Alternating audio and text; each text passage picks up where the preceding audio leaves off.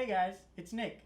A lot of you have been requesting the recipe for these Weasley-inspired orange ginger pucker cookies over on my Instagram page, and today I'm going to teach you how to make them. Let's go!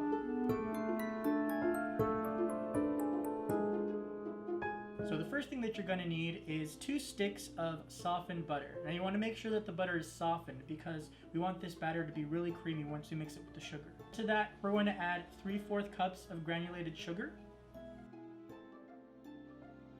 And this is 1/2 cup of powdered sugar. Now, unfortunately, my mixer broke, so I'm going to be doing it the old-fashioned way. But if you have a mixer, go ahead and do it with the mixer. It'll save you some time. 1, 2, 3. Alright, so it should look like this, nice and fluffy. Now you want it to be really fluffy because it's going to help the cookie hold its shape. To this, I'm going to add 2 egg yolks. You want to save these egg whites for later. I want to add 2 teaspoons of vanilla extract. Go. Alright, now just stir until it's incorporated. It looks good. From there, I'm going to switch to a rubber spatula. Okay, just put it aside for a bit because we want to get our flour. And you want to make sure that your flour is sifted. Now we want to just add it into the batter. Nice. And we don't want to forget the salt. This is about 1/2 teaspoon of salt. Right. And we just want to mix it in until the dough forms. From here we're going to form it into a nice little disc. We want to get a knife and we want to cut it straight down the middle. Okay. So now we want to take 1/2 and put it in the bowl and just put the other one off to the side. Now to the fun part, flavoring and coloring. So we're going to start with the orange one first. When you're zesting your orange, make sure you're getting just the top layer. You don't want to go any deeper because it's going to get really bitter.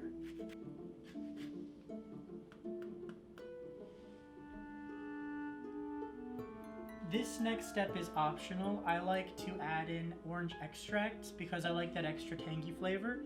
You don't have to, but it's recommended. So I put in about 1/2 teaspoon. And finally, we add in the food coloring. Alright, and this color looks good for me. Take it out and just put it to the side, because now we'll mix the other one. This guy. And to this, we're going to flavor it ginger. So I like to get ground ginger, and we're going to put maybe 2 teaspoons of this in. It's up to you how gingery you want it. I really like ginger, so put a little more.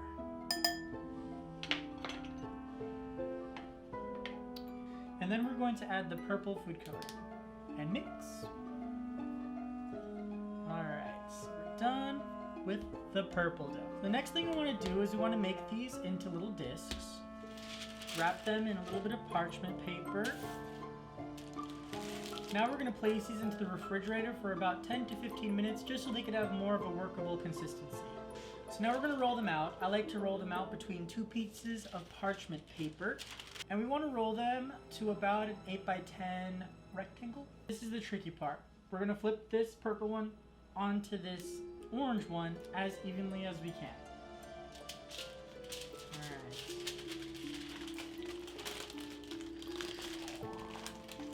Just like that. And we want to give it a little bit of a roll. Very light. Putting a little to no pressure. We're going to take a clean pair of scissors and we're just going to cut out that rectangle.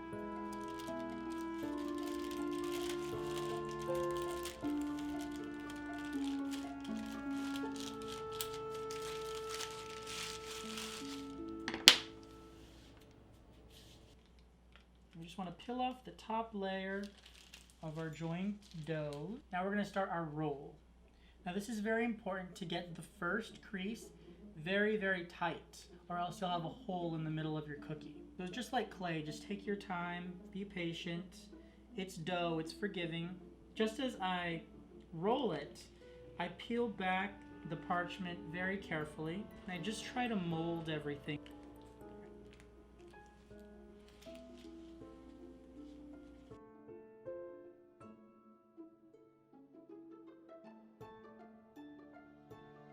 And we just want to roll it up into the parchment paper. The tighter the better, so that it won't lose its shape. There we have it. Our cookie log. Now, this is where the patience comes in. We have to set this into the refrigerator for 1 hour. So our dough has been chilling in the fridge for about an hour. Now we're gonna roll it out and cut it. The end always looks bad, but it's gonna taste good. Oh. Alright. That nice swirl.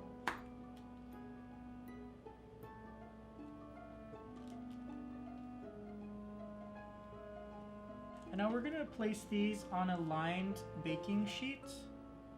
I lined mine with parchment paper. And if your cookies end up having holes, just take a little bit of dough and sculpt it in. It'll all taste good in the end.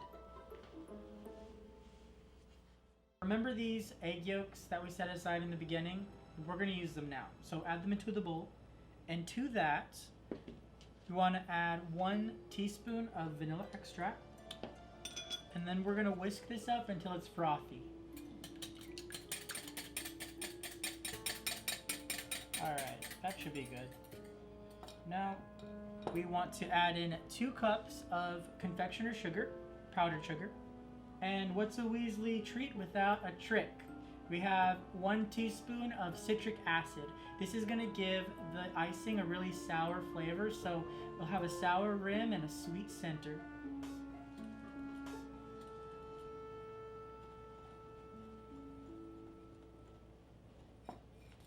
When everything looks incorporated just like this, we want to add in a couple drops of red food coloring.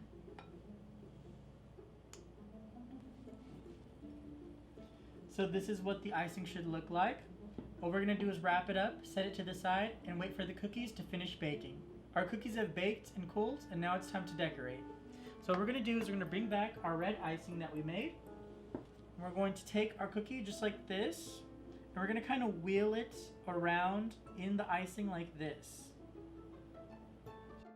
Just like that. So just around the rim of the cookie, and you want to place them on top of something to elevate them so the icing doesn't drip everywhere and look funny when it dries. So I'm using these little seasoning caps, but you could use whatever you have as long as it elevates the cookie.